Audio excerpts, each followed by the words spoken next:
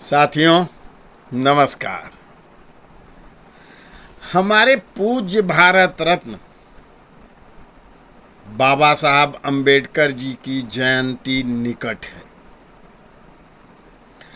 और उनका इतना विराट व्यक्तित्व है। वैधानिक दृष्टि से, सामाजिक दृष्टि से ब्रिटिश भारत में और स्वतंत्र भारत में, भारत स्वतंत्र होते हुए उसके विधायन में, संविधान के निर्माण में, इत्यादि इत्यादि तमाम कार्यों में इतना विराट योगदान है उनका कि उनकी चर्चा कुछ तो होनी चाहिए और निरंतर करने की आवश्यकता है। वह कई दिनों तक चर्चा करने की आवश्यकता है और सर्व समाज को भिज्ञ भी करने की बहुत गंभीर आवश्यकता है। आज बाबा साहब अंबेडकर की वह पुस्तक पार्टीशन ऑफ इंडिया, भारत का विभाजन,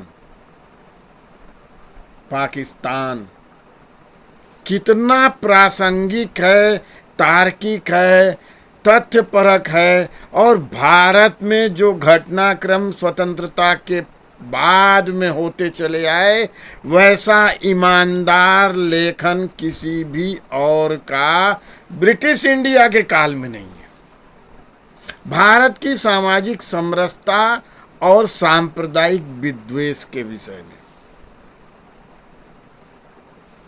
इसलिए उन्हें पढ़ना अति आवश्यक है, सबको जानना आवश्यक है और लोगों के बीच में चर्चा का आना आवश्यक है।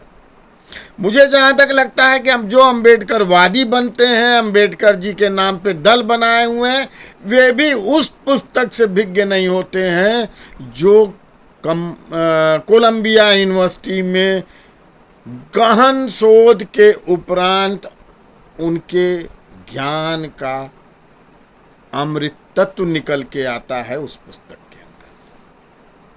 और कितनी स्पष्टता और ईमानदारी, निर्भीकता थी उनके लेखन में, यह पढ़ के आप चमत्कृत हो जाएंगे। जो कुछ 1940 के 39 के पास की वह पुस्तक कही जाती है। गत दिनों मद्रास हाईकोर्ट में एक प्रकरण गया था तमिलनाडु के पेरम्बलूर जनपद के एक गांव का, जहां पे वह मुस्लिम बहुल हो गया था, 90% आबादी मुस्लिम हो गई थी। तब उनका आग्रह था मुस्लिम मतावलंबियों का कि हिंदुओं की शोभा यात्रा यहाँ से नहीं निकलनी चाहिए क्योंकि हमें धार्मिक रूप से यह मान्य नहीं है और बहुसंख्यक हम हैं। जिस पर बड़ा कठोर निर्णय मद्रास हाई कोर्ट ने दिया और उसने कहा कि यह सेकुलर देश है, यहाँ पे इस आधार पे किसी का आप शोभा यात्रा निकालना रोक नहीं सकते कि वह सीमित संख्या के किसी क्षेत्र में अल्पसंख्यक मतावलंबी हैं। लेकिन आगे क्या घटनाक्रम 2023 में क्या रूप लेता है कि पश्चिम बंगाल की मुख्यमंत्री यानी ममता सरकार कहती है कि मुस्लिम बहुल क्षेत्रों से हिंदुओं के प्रभु श्री राम की शोभा यात्रा नहीं निकलनी चाहिए, अन्यथा दंगे हो जाएंगे, अशांति होगी और यह ठीक नहीं है। इसके अतिरिक्त तमिलनाडु सरकार मना करती है संघ के, आरएसएस के पथ संचलन को उन 6 जगहों पर जहां मुस्लिम बहुल जिले हैं, उन जिलों से, उनकी सड़कों से जाने से मना किया जाता है। जिस पर हाई कोर्ट, उच्च न्यायालय मद्रास ने राज्य सरकार के, तमिलनाडु राज्य सरकार के आदेश के विरुद्ध रोक को समाप्त किया कि शांतिपूर्ण पथ संचलन, अरे वो गणवेश में एक यूनिफॉर्म धारण कर लेते हैं, खाकी पैंट है, सफ़ेद शर्ट है, काली टोपी है और काला जूता है, धारण करके वह अगर मितकाल समता के नियमों का पालन करते हुए पथ संचलन करते हैं यानी पदचालन करते हैं जिसमें एक नियमन है, अनुशासन है, तो इसमें गलत क्या है? इसी में किसी को विरोध करने का औचित्य नहीं है। और अगर इस ढंग से जात धार्मिक आधारों पे सांप्रदायिक दृष्टि से भेदभाव होगा, सड़कों का विभाजन होगा, यह अमान्य है, असंवैधानिक है और यह कदापि भारत के हाजमे के लिए ठीक नहीं होगा। ऐसा कहा जिसके विरुद्ध तमिलनाडु सरकार सर्वोच्च न्यायालय में चली गई, क्योंकि मद्रास हाई कोर्ट के बेंच का अनुपालन नहीं कर रही थी तमिलनाडु सरकार, तो उसने कंटेम्प्ट की अवमानना की कार्रवाई आरंभ किया। तब सर्वोच्च न्यायालय चली गई और अब सर्वोच्च न्यायालय ने भी कहा कि इस ढंग का निषेध सरकारी स्तर पे सरकारी सोच के साथ लगाया जाना, समाजों को बांट देना है सांप्रदायिक आधार पे, यह कदापि स्वीकार्य नहीं हो सकता है। हाँ, शांतिपूर्वक, मर्यादा पूर्वक और नियमों के अनुसार संचलन होना चाहिए। लेकिन क्या अंबेडकर जी ने इन्हीं बातों के लिए चेताते हुए अपनी पुस्तक में बहुत गंभीर संदेश दिया था? सांप्रदायिक आधार पर इस देश का विभाजन हो गया, एक नया देश पाकिस्तान के रूप में निकल कर आया, इसी भारत का अंश काट कर, और फिर एक और देश बन गया पाकिस्तान को काट के बांग्लादेश, और वो दोनों ही इस्लामिक देश हैं, घोषित इस्लामिक हैं। वह कोई सेकुलरिज्म नहीं है, बल्कि दमन है अन्य मतावलंबियों का, जो बहुसंख्यक इस्लामिक सोच के अलग है। और भारत में भी उस ढंग की बातें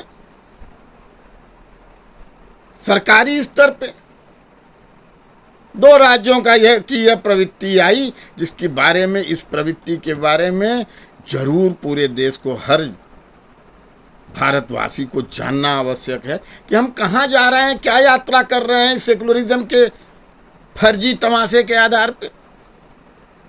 और आश्चर्य का विषय ये है, जो देश में अपने को सेकुलरिज्म के रहनुमा मानते हैं और